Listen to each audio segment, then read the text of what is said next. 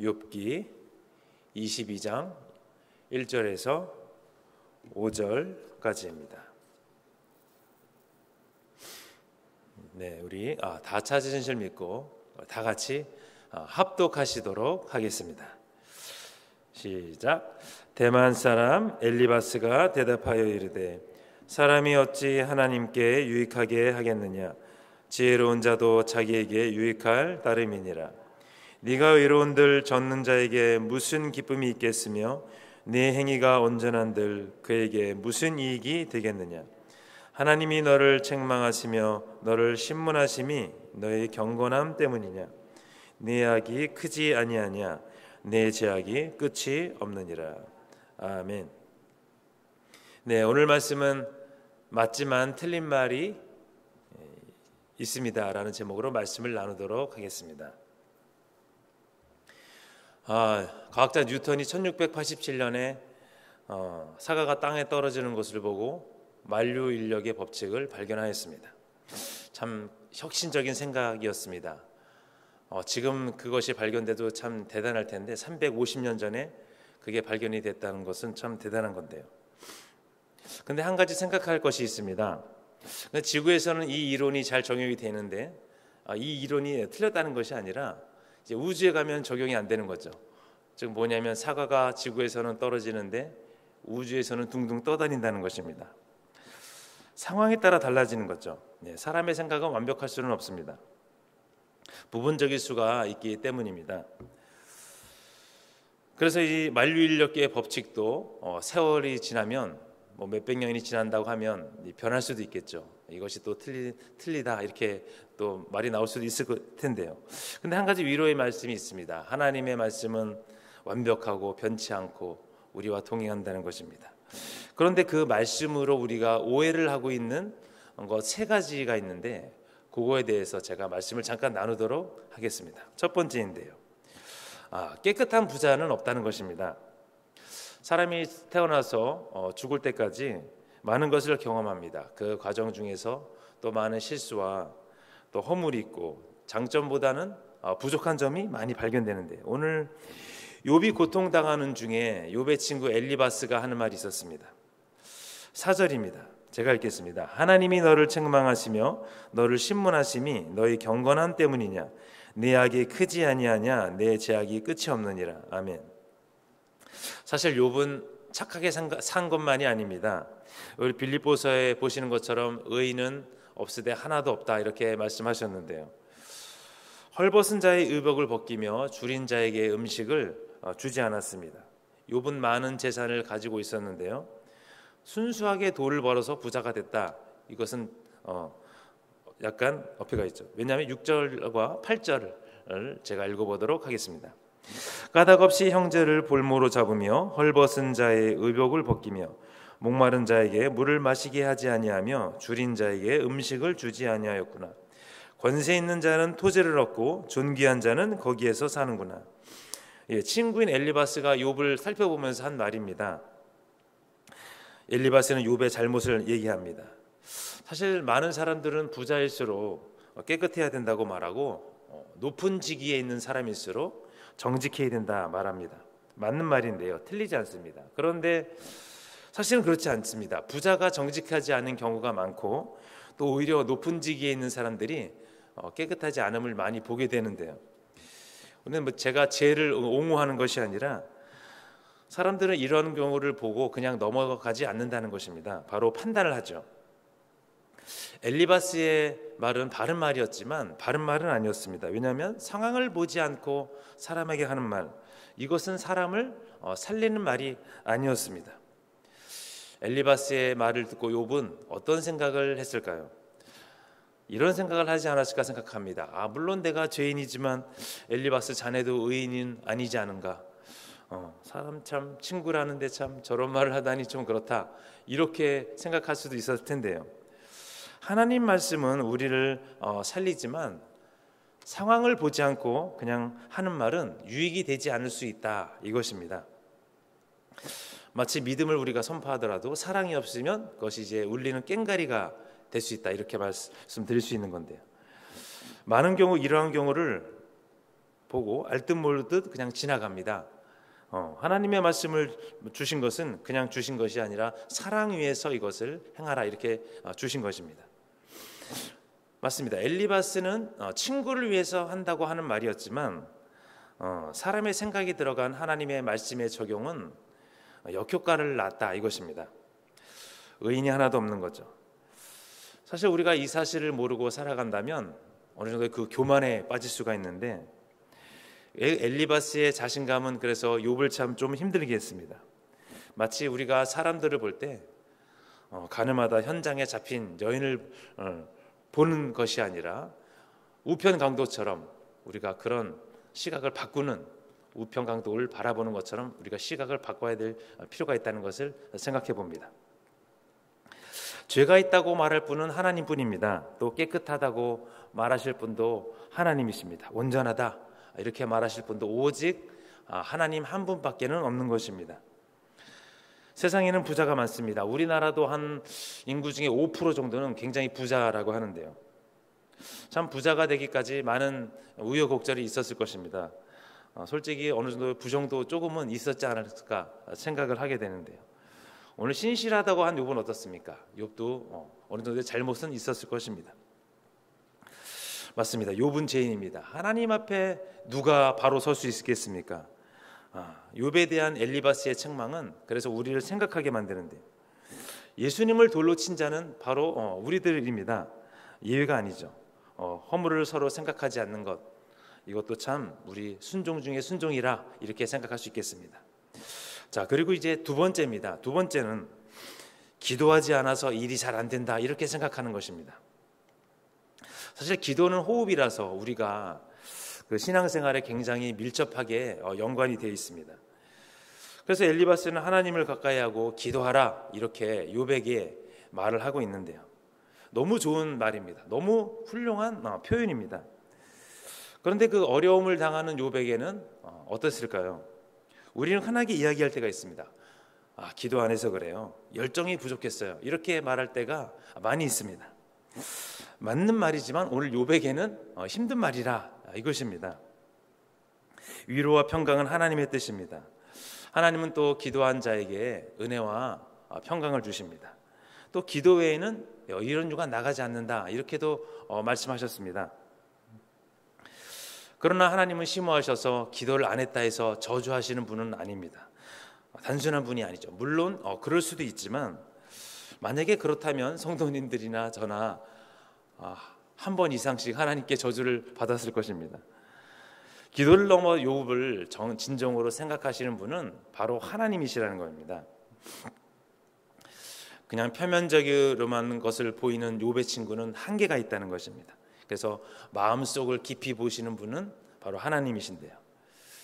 기도는 참 많은 것을 가능케 합니다. 우리 일상과 너무나 가까이 있기 때문에 기도가 없는 것은 생각할 수가 없죠. 욥은 사실 기도가 문제가 되었다는 것은 아니고 연단의 과정 중에 있었습니다. 욥기 23장 10절입니다. 그러나 내가 가는 길을 그가 아시나니 그가 나를 단련하신 후에는 내가 순금같이 되어 나오리라. 네, 연단도 기도를 통해 이겨나가는 것이지만 하나님은 욥에게 더 깊은 것을 보여주기 원했습니다. 그래서 욥이 연단이 끝난 후에 하나님을 이제 진정으로 만나게 되었는데요.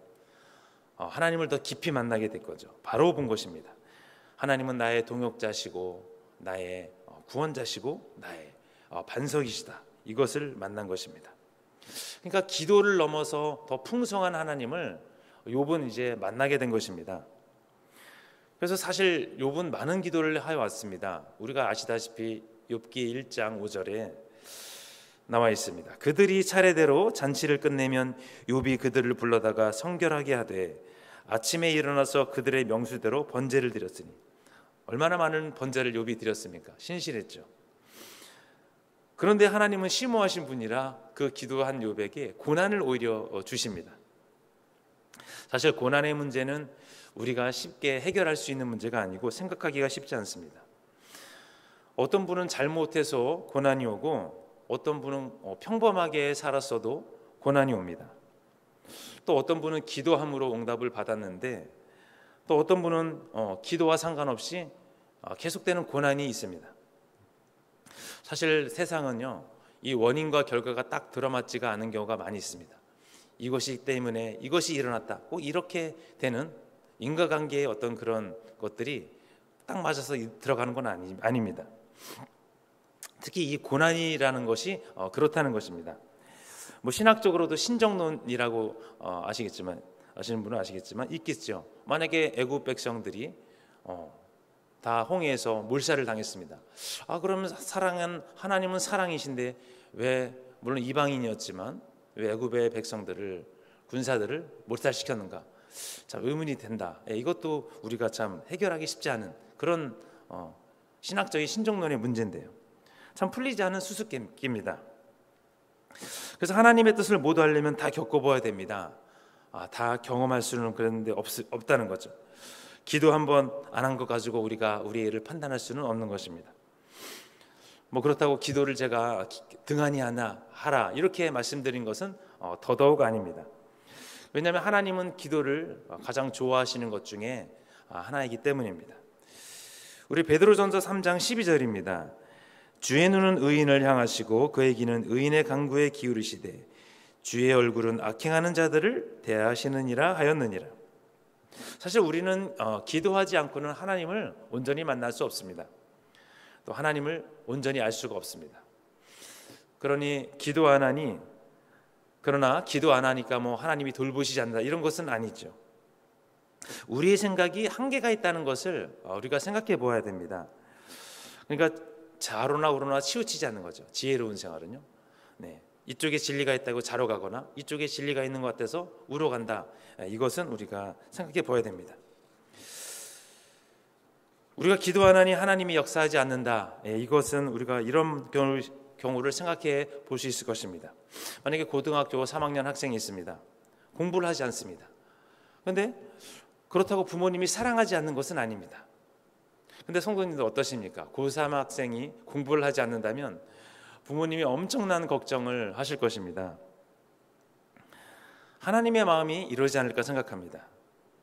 그런데 욥은 고3의 경우가 아니라 다른 경우였던 것입니다. 엘리바스는 계속 욥에게 이야기합니다. 그러나 상황을 잘 우리가 판단해야 됩니다. 그런데 기도를 제가 말씀드렸는데 요즘 기도를 많이 안 하는 경우를 많이 보게 됩니다. 이게 하나님의 근심거리죠. 우리가 기도 안 한다는 것은 이제 고3 학생이 공부를 안 한다는 것과 똑같지 않을까 생각합니다. 반대로 또 기도만 하는 사람이 있습니다. 그러다가 이제 기도 응답이 안 오면 이제 시험이 들 수 있는 거죠. 왜 기도 응답이 안 올까? 온전한 믿음과 지혜를 가지는 것 참 중요한 문제입니다. 마지막으로 세 번째입니다.